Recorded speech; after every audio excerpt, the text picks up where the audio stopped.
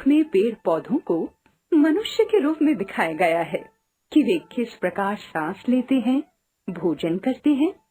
साथ ही पेड़ भी अपनी संतान के लिए अपना सब कुछ न्यौछावर कर देते हैं, क्योंकि अब वो वृद्ध हो गए हैं। मिट्टी के नीचे बहुत दिनों तक बीज पड़े रहे। महीना दर महीना इसी तरह बीतता गया। सर्दियों के बाद वसंत आया। उसके बाद वर्षा की शुरुआत में 2-1 दिन पानी बरसा। अब और छिपे रहने की जरूरत नहीं थी, मानो बाहर से कोई शिशु को पुकार रहा हो और सोए मत रहो, ऊपर उठ जाओ, सूरज की रोशनी देखो। आहिस्ता आहिस्ता बीज का ढक्कन दरक गया। 2 सुकोमल पत्तियों के बीच अंकुर बाहर निकला।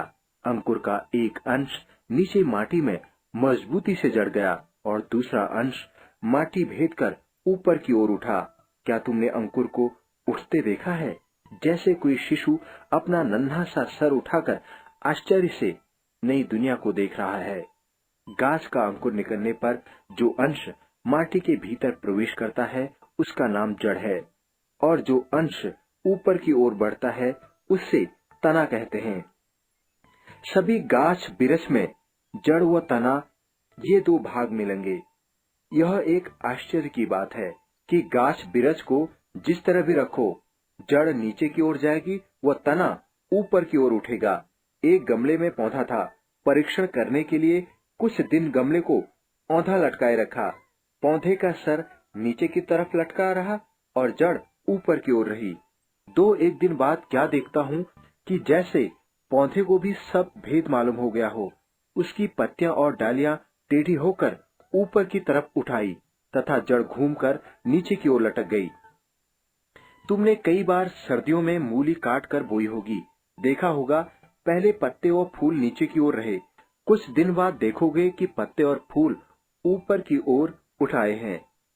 हम जिस तरह भोजन करते हैं, गाछ बिरछ भी उसी तरह भोजन करते हैं। हमारे दांत हैं, कठोर चीज खा सकते हैं। नन्हे बच्चों के दांत नहीं होते, वे केवल दूध पी सकते हैं। गाछ बिरछ के भी दांत नहीं होते, इसलिए वे केवल तरल द्रव्य या वायु से भोजन ग्रहण करते हैं। गाछ बिरछ जड़ के द्वारा माटी से रसपान करते हैं। चीनी में पानी डालने पर चीनी गल जाती है। माटी में पानी डालने पर उसके भीतर बहुत से द्रव्य गल जाते हैं। गाछ बिरछ वे ही तमाम द्रव्य सोखते हैं। जड़ों को पानी न मिलने पर पेड़ का भोजन बंद हो जाता है, पेड़ मर जाता है। खुर्दबीन से अत्यंत सूक्ष्म पदार्थ स्पष्टतया देखे जा सकते हैं। पेड़ की डाल अथवा जड़ का इस यंत्र द्वारा परीक्षण करके देखा जा सकता है कि पेड़ में हजारों हजार नल हैं।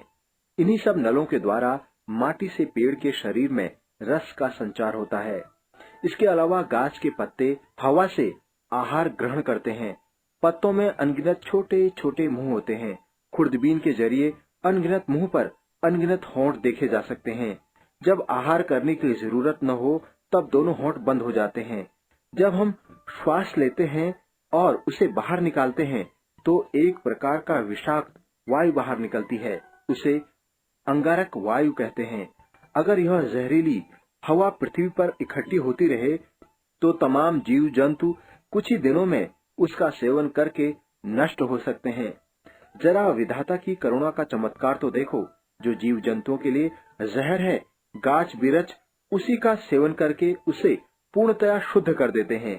पेड़ के पत्तों पर जब सूर्य का प्रकाश पड़ता है तब पत्ते सूर्य ऊर्जा के सहारे अंगारक वायु से अंगार निशेष कर डालते हैं।